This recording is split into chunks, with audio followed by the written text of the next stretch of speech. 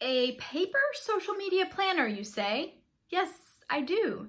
Make sure you stay tuned. I'm going to be sharing with you why you should be using a social media paper planner in your business.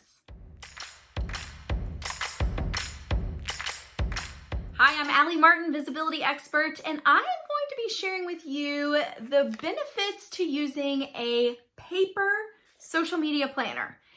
Yes, this was actually created out of a desire from my clients. I kept hearing from them after I would coach them and I would turn their social media back over to them, or I would just be consulting with them on their social media, and they would say, I really just can't work with digital planners because I'm at a desk where I can't easily access that, or I just want something I can easily write down and go. And I said, I think what I'm hearing from you is a paper planner would be helpful. So I created a paper planner that goes month by month, and there is enough pages in this planner to last you more than 2 years. And I'm going to walk you through how to use this because while you may not use mine, you may use somebody else's, I think this is super helpful for you to really organize your thoughts and be able to effectively tell your story on social media in a strategic way. So some of the areas that I've identified on this paper planner is call to action. I believe that every single social media post you make should have call to action. That might be a controversial statement, but I truly believe that you need to give your followers action that they can take or they will do nothing. So identifying a call to action that's going to really keep you focused for that month, and this will change from month to month, but overall you should have a pretty standard call to action for each month. After that, there's buzzwords. So buzzwords that you want to include in your social media if you're getting ready to launch something, maybe talking about those topics as you're leading up to that launch. That would be very strategic, right? There is a spot for the month and the year because I want you to work ahead. So there's the opportunity for you to, if you're in the month of May right now, you could flip ahead and write out July and start planning for July and making notes when you are planning with your team so that you don't have to worry if you've addressed these topics or if you're going to miss them when you go to plan that content down the road. I do have a spot for 12 monthly topics, and in these 12 monthly topics, these are your core pillars. This is what you are going to continually talk about on your social media. These really shouldn't change from month to month, but they do sometimes. Some suggestions of what some monthly topics would be. Testimonials from clients and customers. That's a really big one that a lot of people miss. Services or products, continuing to repeat what you offer and how it can help your customers is something that you should be doing every single month.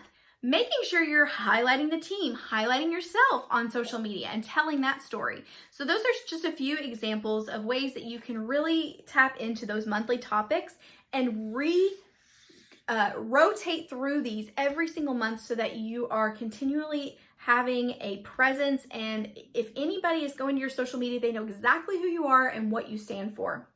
There's a spot for holidays because I definitely believe there's a holiday every single day of the year, so we need to make sure we are celebrating those in our industry.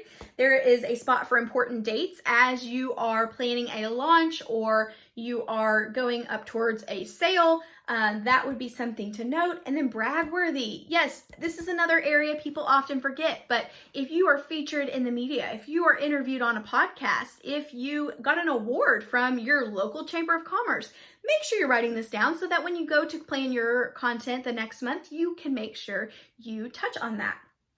Finally, there is a content checklist. I have several areas here that need to be checked before you are scheduling your content and signing it off and saying you're done with it for the month.